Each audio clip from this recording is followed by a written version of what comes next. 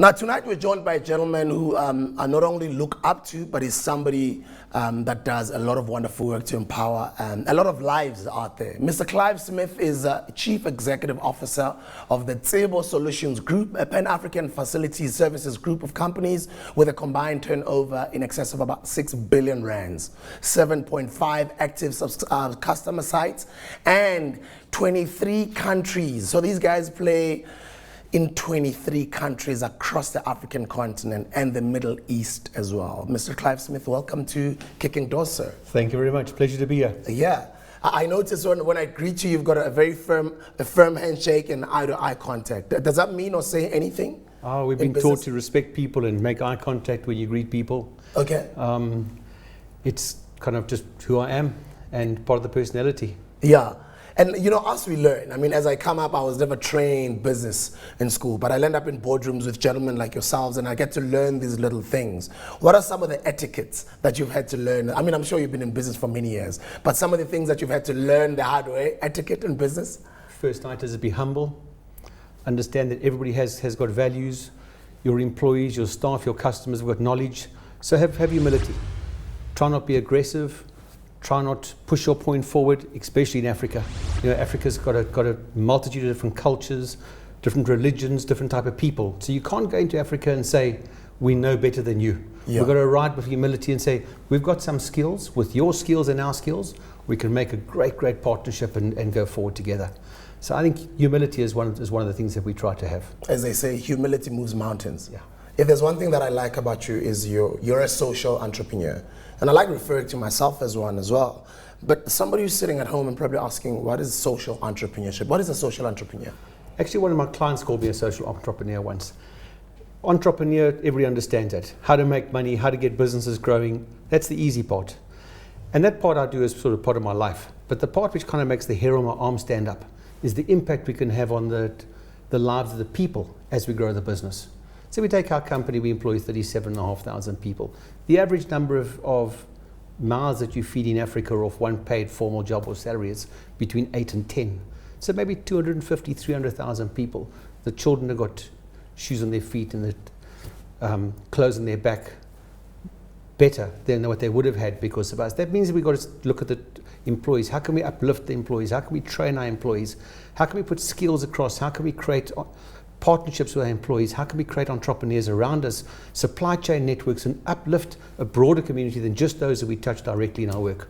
So I think that's what it is. It's the upliftment of the people, and don't underestimate the impact of small incremental change. If each of us working up in Africa, that's a little piece, we'll build the puzzle to put Africa on its rightful platform across the globe. Wow, that's beautiful. Now, you heading up a company, as I was mentioning numbers then, 6 billion per annum, and you guys, employing so many people. What does the Tsebo Group do, Solutions Group do, your company? Okay, well, we simplify it. We'll say we operate on our client site, we operate on outsourced contracts. They give us a contract to deliver services. Some of that we clean toilets, we clean their premises, we keep them secure. We maintain, we change light bulbs, we look after asset management regimes, we feed and support staff with catering services, but all that falls under a banner of facilities management.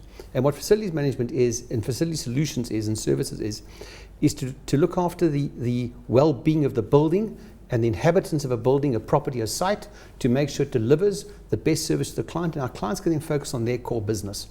So we primarily in the service of facility solutions and a couple of core products which underline that.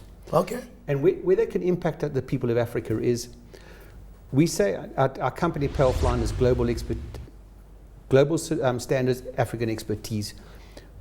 We've spent a lot of time and energy building our systems and our processes because international companies come into Africa with global systems, but without local knowledge, they struggle to deliver.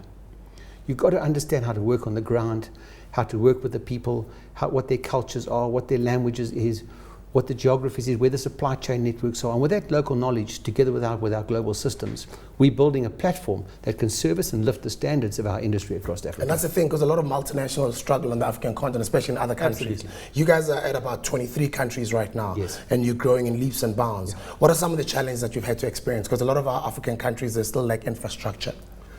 The first item is we try to go greenfields into economies and countries, and we found that very, very difficult because we didn't have the local knowledge. So our growth strategy is both organic by selling contracts to Pan-African companies in countries or international countries.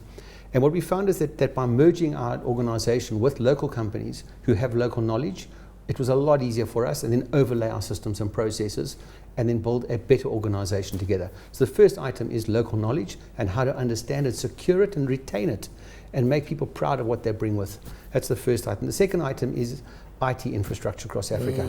So we've redesigned our IT systems over a couple of years, and we've made our systems light. They all work on handhelds nowadays. The majority of our systems, we can work on smartphones, we can train our staff on smartphones, we can do reports, we can do quality reports, we can talk to our clients on smartphones. Yeah. The leap in the technology industry or the telecommunications industry in Africa has been forged through the telecom systems.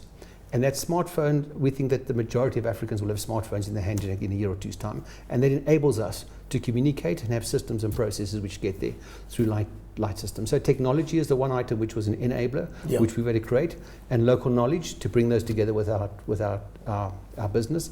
And then the third item is feet on the ground.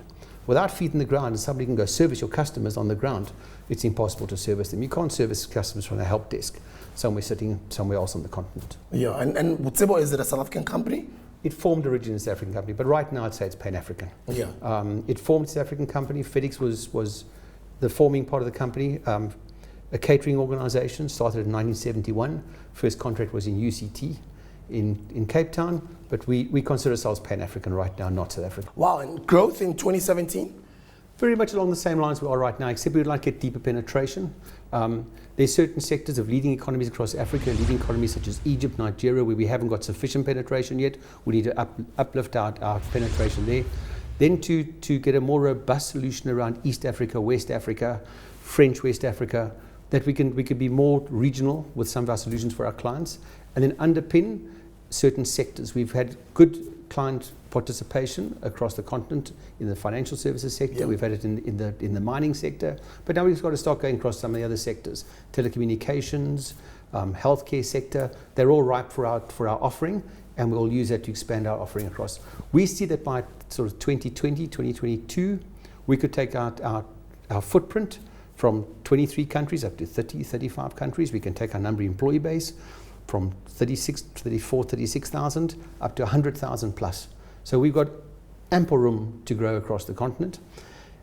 And just imagine how much we can give back to our people through that process, and how we can create supply chain initiatives with local communities to uplift them at the same time. Beautiful stuff. I think they're doing wonderful work, and before we let him go, I'd like for him to give us our 60 seconds to success. A lot of us are still young. We look up to these guys. We'd like to grow our companies to obviously have that type of footprint, even bigger, go global, you know. So what advice do you have for our younger entrepreneurs out there, our viewers? We call it our 60 seconds to success, and you look at that camera over there.